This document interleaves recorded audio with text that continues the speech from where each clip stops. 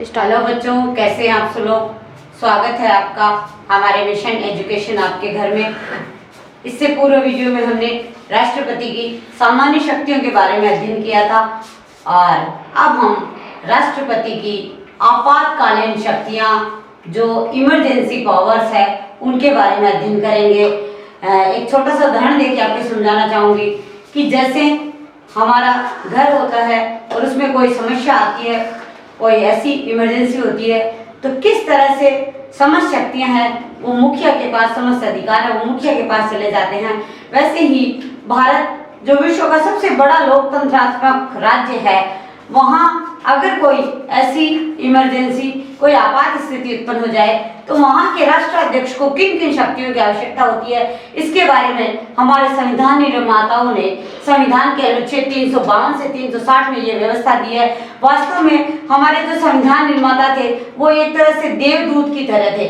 उन्हें आने वाली परिस्थितियों के बारे में भी उन्होंने कल्पना कर ली थी और आने वाली परिस्थितियों से निपटने के लिए भी संविधान में व्यवस्था दी थी। संविधान में ये व्यवस्था है कि राष्ट्रपति को 3 तरह से आपातकालीन शक्तियां प्राप्त है। अनुच्छेद 352 में राष्ट्रीय आपात यानी पूरे राष्ट्र में आपात स्थिति लागू हो जाए। अनुच्छेद 356 में राज्यों में संवैधानिक तंत्र की विफलता और अनुच्छेद 360 के अंतर्गत वित्तीय आपात। आज हम राष्ट्रीय आपात के बारे में चर्चा करेंगे कि अनुच्छेद 352 से 360 में इससे संबंधित क्या क्या व्यवस्थाएं दी गई है और अब तक कितनी बार राष्ट्रीय आपात लागू हुआ है। राष्ट्रीय आपातकाल अनुच्छेद 352 में 3 तरह से लागू किया जा सकता है। उसमें स्थिति एकदम साफ संविधान में लिखा हुआ है। बाह्य आक्रमण की स्थिति में, यानी भारत पर कोई देश है वो आक्रमण कर दे, उस समय राष्ट्रपति द्वारा अपने स्वयं के विवेक से बाह्य आक्रमण की स्थिति उत्पन्न हो गई है और वहां राष्ट्रीय आपात है वो पूरे देश में लागू कर सकता है। दूसरा जो बिंदु है, आंतरिक अशांति भंग होना या आंतरिक असंतोष की स्थिति। आंतरिक असंतोष शब्द संविधान में लिखा हुआ है। और तीसरी स्थिति है कि संविधान की पालना नहीं हो रही है। आपको पूर्व में भी बताया है, राष्ट्रपति संविधान के संरक्षण की शपथ लेते हैं और जब अगर संविधान की पालना नहीं हो रही है, संविधान का उल्लंघन हो रहा है, तो वहाँ उस स्थिति में राष्ट्रपति के द्वारा है वो राष्ट्रीय आपात की घोषणा की जा सकती है। और ये राष्ट्रीय आपात है। अब तक भारत में 3 बार राष्ट्रीय आपात लागू किया हुआ है कि एक तो सन 1962 से 1968 तक आपात की स्थिति रही। 1962 में उस समय श्रीमान डॉक्टर सर्वपल्ली राधाकृष्णन है वो राष्ट्रपति थे और 1962 में भारत पर चीन द्वारा आक्रमण किया गया था।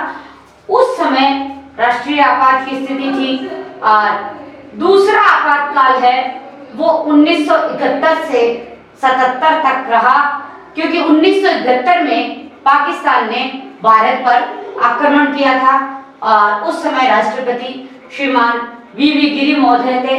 और 1975 में आंतरिक असंतोष के कारण भी राष्ट्रीय आपात घोषित किया गया था और उस समय राष्ट्रपति मान्यवर फखरुद्दीन महोदय थे। अब यह है कि आप ये भी प्रश्न कर सकते हैं कि 1965 में राष्ट्रीय आपात क्यों नहीं घोषित किया जबकि पाकिस्तान ने भारत पर आक्रमण किया था। लेकिन मैं आपको यहाँ स्पष्ट कर देना चाहती हूँ कि पूर्व में ही 1962 से लेकर 1968 तक, पहले से 62 से ही राष्ट्रीय आपात की स्थिति है वो चली आ रही थी। इस कारण 1965 में राष्ट्रीय आपात घोषित नहीं किया था और 1971 से 1977 तक आपात स्थिति थी वो थी बाह्य आक्रमण के कारण। लेकिन 1975 में उस समय जो प्रधानमंत्री श्रीमती इंदिरा गांधी ने माननीय राष्ट्रपति महोदय फखरुद्दीन जी को फोन करके कहा कि देश में आंतरिक असंतोष उत्पन्न हो गया है और आपात घोषित करना जरूरी है, तो आंतरिक असंतोष के कारण 26 जून 1975 को राष्ट्रीय आपात घोषित किया। हालांकि हमारे भारतीय राजनीति के इतिहास में 26 जून को काला दिवस के रूप में मनाया जाता है और इससे जो स्थितियां उत्पन्न हुई उसके बाद एक संविधान संशोधन भी किया गया था। अब यह है कि ये जो आपात घोषणा होती है ये राष्ट्रपति द्वारा की जाती है, तो इसमें संसद की क्या भूमिका है, लोकसभा की क्या है, राज्यसभा की क्या है, इसके ऊपर हम चर्चा करेंगे कि राष्ट्रीय आपात घोषणा होने के बाद मतलब इन तीनों में से कोई भी कारण, किसी भी कारण से अगर राष्ट्रीय आपात घोषित हुआ है तो 1 माह के भीतर संसद से अनुमति लेनी जरूरी है। जैसे कि आज 16 मई है और आज अगर राष्ट्रीय आपात घोषित हो गया तो 15 जून से पूर्व ही संसद से अनुमति लेनी जरूरी है। और अब आप एक प्रश्न कर सकते हैं कि कई बार लोकसभा भंग हो जाती है, तो लोकसभा भंग होने की स्थिति में क्या भूमिका रहेगी। तो राज्यसभा हमारा स्थायी सदन है और राज्यसभा से भी अनुमति ली जा सकती है राष्ट्रीय आपात की, और संसद द्वारा पारित होने के बाद 6 माह तक वो आपात स्थिति लागू होती है। और अगर आगे भी भविष्य में भी इसे जारी रखना है तो 6 माह पूर्ण होने से 1 दिन पूर्व ही पुनः राष्ट्रीय आपात घोषित कर दिया जाता है और फिर पुनः संसद से अनुमति ली जाती है 30 दिवस के भीतर और फिर अगले 6 माह तक। इस तरह से अनंत समय तक राष्ट्रीय आपात है वो घोषित किया जा सकता है। संविधान में इसकी कोई समय सीमा नहीं दी है, बस यह है कि घोषणा की अवधि 30 दिन के अंदर संसद से अनुमति और वो अनुमति 6 माह तक मान्य रहेगी। अब है कि अगर लोकसभा उस समय भंग थी और राज्यसभा से अनुमति ली थी तो क्या नई लोकसभा के गठन के बाद पुनः लोकसभा से अनुमति लेनी जरूरी है। बिल्कुल सही बात है कि उस स्थिति में जैसे ही लोकसभा गठित होती है तो वो भी 30 दिवस के भीतर लोकसभा से वही 2/3 बहुमत से वो अनुमति पारित होनी जरूरी है और वो 6 माह तक लागू रहेगी। अब ये तो है कि राष्ट्रीय आपात किन परिस्थितियों में घोषित किया जा सकता है और कब कब लागू हुआ और संसद की इसमें क्या भूमिका थी। अब राष्ट्रीय आपात लागू होने के बाद में देश में क्या क्या प्रभाव होंगे।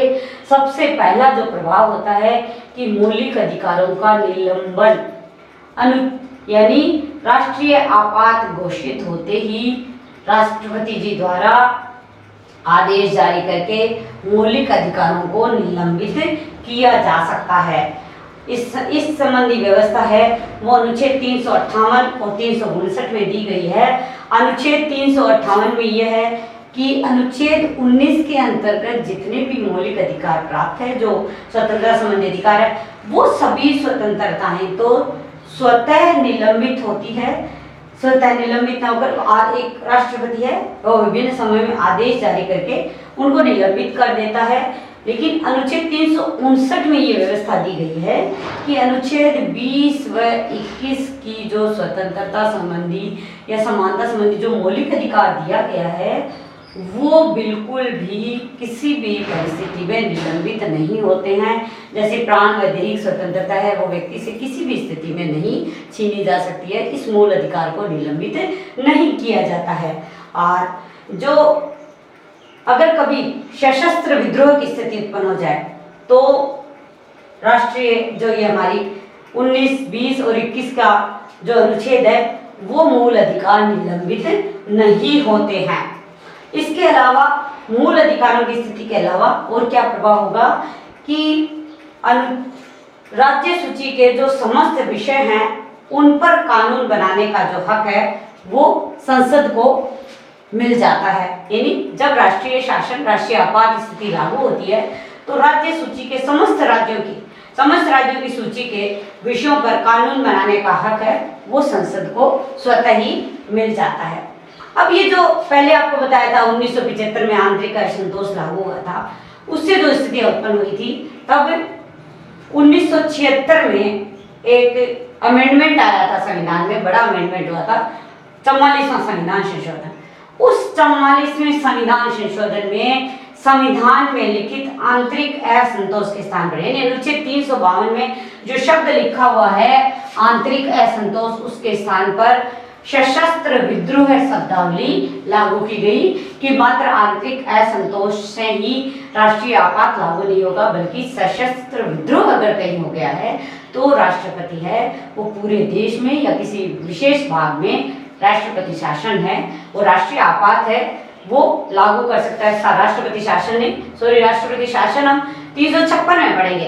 राष्ट्रीय आपात है वो लागू कर सकता है।